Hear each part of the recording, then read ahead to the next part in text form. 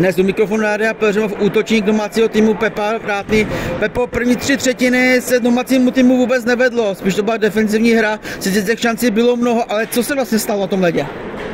Ale Humpolec hraje nepříjemný hokej, hrajou vlastně, nahazují to, čekají na naše chyby a prostě my jsme neproměnili šance, dělali jsme chyby v rozehrávkách, oni z toho těžili, měli z toho šance.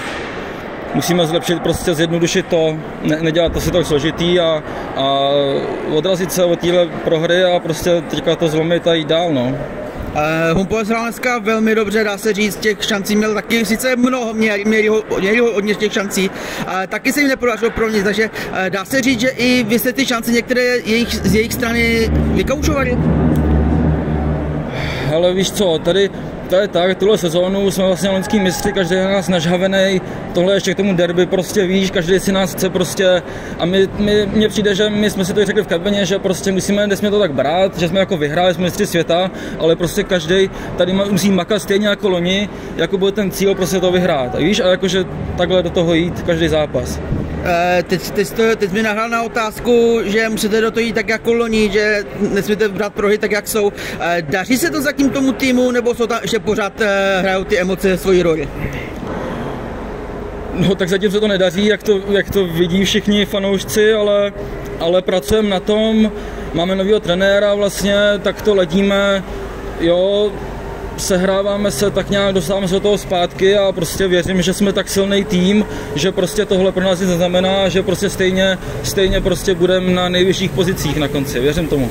A máte nového trenéra, jaké je s ním teďka v tuto chvíli spolupráce? Máte třeba i nějaké těžší tréninky, než jste byli zvyklí, nebo se ta hra třeba ubírá i jiným stylem, než jste byli zvyklí vy od předchozích sezónách? Hele, vlastně je to rozdělený, v úterý je to náročnější, a pak už se soustředíme na zápas, čtvrtek je takový něco mezi náročným a přípravou na zápas a pátek už je takový předzápasový, aby jsme se nezatavili a sehráli se trochu. Takže trenér dobrý za mě,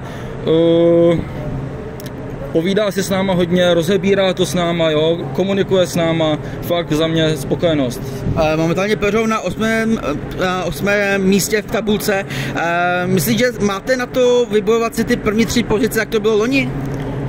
Hele, už jsem říkal, myslím si, že máme tak silný tým, že prostě věřím, že tam budeme v těch silných pozicích. Jo? Máme ještě do zápasu před sebou a prostě tohle je pro nás taková prostě mistrovská kocovina, kterou musíme překonat a prostě začít každý u sebe a uvědomit si prostě, že prostě nejsme mistři tuhle sezónu, že to musíme právě dokázat, takže prostě o to si musíme odrazit. No. Mistrovská kocovina, myslíš, že vymizí?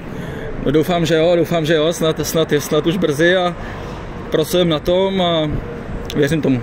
Dneska byl skoro plný stadion, tady bylo více fanoušků než obvykle. Nahlo vás to dopředu, když tady máte více fanoušků, více to tady bouří, nebo se spíš pro tu komornější část té hry?